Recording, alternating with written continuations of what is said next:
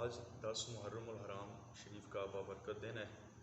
اور اس دن کے اندر جو سانحہ عظیمہ ہوا ہے اس کو تاریخ کبھی بھی بلا نہیں سکتی۔ آج میں نے آپ کے سامنے مختصر گفتگو یہ کرنی ہے کہ واقعہ کرب و بلا آخر پیش کیوں آیا، اس کی وجہ کیا تھی۔ تو بنیادی طور پر آپ بات کی یاد رکھیں کہ نبی پاک علیہ الصلوۃ والسلام دنیا میں آپ تشریف لائے، تو آپ علیہ الصلوۃ والسلام کے جانے کے بعد جو آپ نے اپنی خلافت سپرد کی ہے وہ سیدنا صدیق اکبر رضی اللہ تعالیٰ عنہ کو آپ نے دی ہے۔ آپ نے چند عرصہ یہ خلافت سنبھالی ہے، اور اس کے بعد یہ خلافت جو ہے سیدنا فاروق اعظم رضی اللہ تعالیٰ عنہ کے حوالے کی گئی۔ پھر آپ نے بھی چند عرصہ اس خلافت کو سنبھالا ہے، پھر یہ سیدنا عثمان غنی کے حوالے کی گئی، آپ نے بھی اپنا عرصہ لگایا، اور پھر یہ خلافت سیدنا علی المرتضیٰ شیر خدا رضی اللہ تعالیٰ عنہ کے حوالے کی گئی۔ اس کو خلافت راشدہ کہا جاتا ہے۔ پھر مولا علی کے بعد آپ کے تشریف لے جانے کے بعد 6 مہینے امام حسن نے یہ خلافت سنبھالی ہے۔ آپ کی 6 مہینے کی جو خلافت ہے اس کو بھی خلافت راشدہ کہا جاتا ہے۔ آپ نے جب 6 مہینے خلافت کی تو بعض صحابہ کرام کے مشورے سے آپ نے پھر اپنی یہ خلافت سیدنا امیر معاویہ رضی اللہ تعالیٰ عنہ کے سپرد کی، اگرچہ اس کو خلافت راشدہ نہیں کہا جاتا۔ اس کے اندر آپ نے سیدنا امیر معاویہ رضی اللہ تعالیٰ عنہ کے ساتھ چند شرطیں طے کی ہیں، جن میں سے ایک شرط یہ تھی کہ اگر آپ کا انتقال ہو جائے تو یہ خلافت آپ دوبارہ آل محمد کے حوالے کریں گے۔ ایک شرط ان میں سے یہ تھی کہ آپ ہر مہینے ہمارا جو فرمایا کہ ہمارا جو گھر کے اخراجات ہیں سیدنا امام حسن نے فرمایا آپ ہر مہینے ہمیں وہ بیت المال سے ادا کریں گے۔ اس کے علاوہ بھی آپ نے چند شرطیں سیدنا امیر معاویہ رضی اللہ تعالیٰ عنہ کے ساتھ رکھیں۔ پھر سیدنا امیر معاویہ رضی اللہ تعالیٰ عنہ کا انتقال ہو گیا، اور آپ کے انتقال کے بعد سیدنا امام حسن رضی اللہ تعالیٰ عنہ کو بھی زہر دیا گیا اور آپ کو بھی شہید کر دیا گیا۔ اب یہ جو خلافت تھی اس پر یزید نے کہا کہ اب یہ والی خلافت مجھے دی جائے، اور یزید نے ایسا کیا کہ کوفے کے اندر بیٹھ کر اس نے مروان کو بار بار مدینے کے اندر بھیجا کہ آپ جا کر مدینے کے اندر سیدنا امام حسین سے کہیں کہ وہ خلافت چونکہ میرے باپ سیدنا امیر معاویہ رضی اللہ تعالیٰ عنہ کے پاس تھی، اس نے مروان سے کہا کہ آپ مدینے میں جائیں اور امام حسن تک میرا یہ پیغام پہنچائیں کہ آپ اب چونکہ خلافت میں کروں گا تو آپ میری اس خلافت پر بیعت کریں۔ حضرت سیدنا امام حسین رضی اللہ تعالیٰ عنہ آپ نے ارشاد فرمایا کہ اگر آپ میرے بھائی کی وہ منظور شدہ شرطیں اٹھا کر دیکھیں تو ان میں ایک شرط یہ بھی تھی کہ جب سیدنا امیر معاویہ رضی اللہ تعالیٰ عنہ کا انتقال ہو جائے گا تو یہ خلافت دوبارہ ہمیں واپس کی جائے گی۔ آپ نے فرمایا ایک بات تو یہ ہے، دوسری بات یہ ہے آپ نے فرمایا آپ مجھے جس شخص کے ہاتھ پر بیعت کرنے کے لیے کہہ رہے ہیں، یزید ایک فاسق، ایک فاجر، ایک زانی، ایک شرابی، ایک دین کے باغی شخص کو کہا جاتا ہے۔ آپ نے فرمایا میں اپنے نانے کی ساری شریعت اللہ کا دین ایک فاسق و فاجر بندے کے ہاتھ میں کیسے دے دوں۔ یہاں پر یہ معاملات چل رہے تھے مروان کے ذریعے، اور کوفے کے اندر ابن زیاد کا اس نے انتخاب کیا ہوا تھا، اور پھر انہوں نے کوفے والوں پر بھی ظلم و ستم شروع کیے۔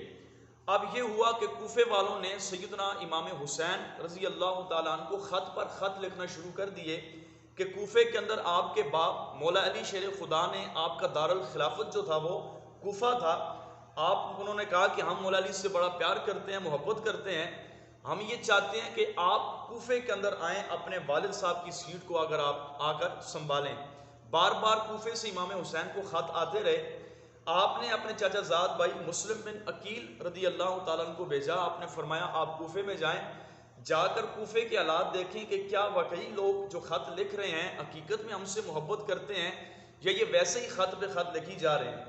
آپ کے حکم پر سیدنا مسلم بن عقیل مدینہ شریف سے کوفے کے اندر روانہ ہو گئے۔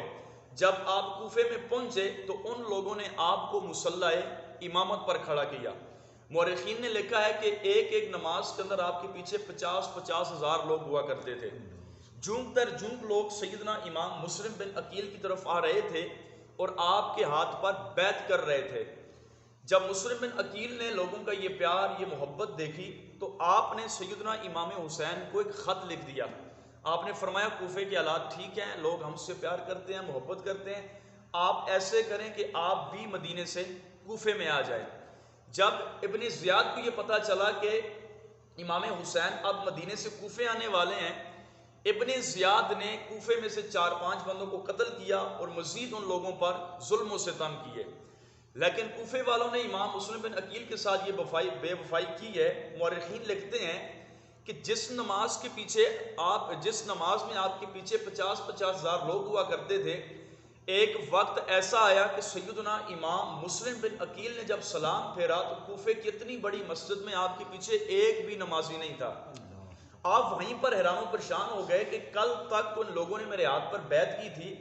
اب ان لوگوں کے کہنے پر میں نے امام حسین کو رکا بھی لکھ دیا، اب وہ بھی مدینے سے روانہ ہو گئے اور ان لوگوں نے میرے ساتھ یہ بے وفائی کا پہاڑ توڑ دیا۔ یہاں تک مورخین نے لکھا ہے کہ لوگ آپ تک دیکھتے تک نہیں تھے، کل تک جو آپ کے پیچھے نمازیں پڑھتے تھے وہ آج آپ کو سلام نہیں کرتے تھے۔ کوفے کے اندر مسلم بن عقیل کو کوئی اپنے گھر میں رہائش دینے کے لیے تیار نہیں تھا، آپ کو ایک ٹائم کا کھانا پانی دینے کے لیے کوئی بندہ تیار نہیں تھا۔ امام مسلم بن عقیل کوفے کی گلیوں میں گھومتے تھے اور کہتے تھے لوگوں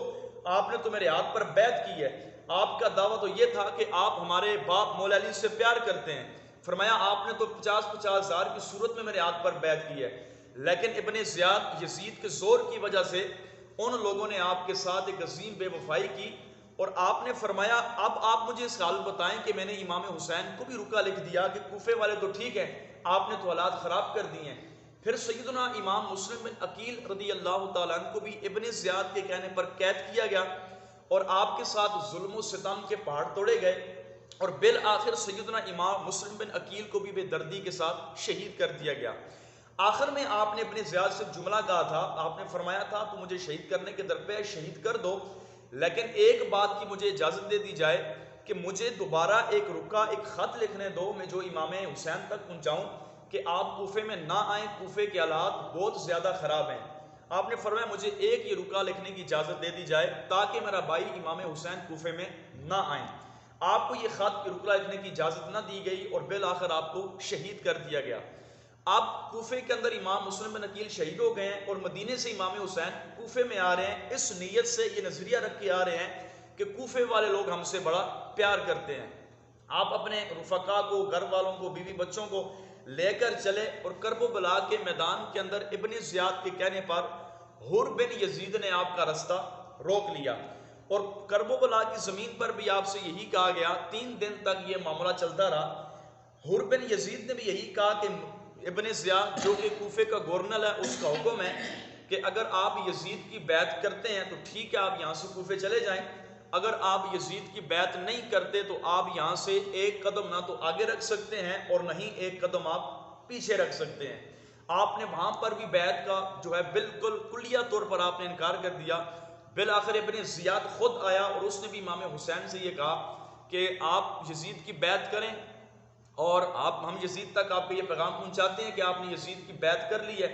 اس نے کہا کہ آپ کوفے جائیں یا مدینے جائیں، پھر آپ کی مرضی ہے، اگر آپ یزید کی بیعت نہیں کرتے تو نہ تو ہم آپ کو کوفے جانے دیں گے اور نہ ہی ہم آپ کو مدینے جانے دیں گے۔ لیکن آگے بھی مولا علی کا بیٹا تھا، ان کو نہیں پتا تھا کہ یہ ہارنے والا نہیں ہے۔ امام حسین نے فرمایا آپ مدینے جانے دو یا کوفے جانے دو، یہ آپ کی مرضی ہے۔ فرمایا مجھے مار دو، میرے ان بچوں کو مار دو، ہمارے گھر والوں کو مار دو، شہید کر دو، ہم کسی بھی صورت میں یزید کی بیعت کرنے والے نہیں ہیں۔ اپنے نانے کا دین ہم ایک باغی فاسق و فاجر شخص کے ہاتھ میں کبھی بھی نہیں دیں گے۔ بالآخر یہ معاملات چلتے رہے اور 10 محرم الحرام کی صبح کو یہ جنگ کا سلسلہ شروع ہوا اور سامنے بھی کلمہ پڑھنے والوں نے، نبی پاک علیہ الصلوۃ والسلام کا امتی کہلانے والوں نے، نمازیں پڑھنے والوں نے، جمعے پڑھنے والوں نے، نماز کے اندر آل محمد پر درود و سلام پڑھنے والوں نے اپنے ہاتھوں سے اپنے نبی کی آل کو شہید کر دیا۔ یہ مختصر سی یہ کہانی تھی جو میں نے آپ کے سامنے بیان کی ہے تاکہ ہمارے علموں میں آ جائے کہ یہ واقعہ شروع کیا ہوا ہے، اس میں کیا کیا ہوا۔ اللہ تبارک و تعالیٰ کی بارگاہ میں دعا ہے اللہ کریم ہم سب کو آل بیت اطہار کی سچی پکی محبت نصیب فرمائے، آمین بجاہ النبی الکریم صلی اللہ تعالیٰ علیہ وسلم۔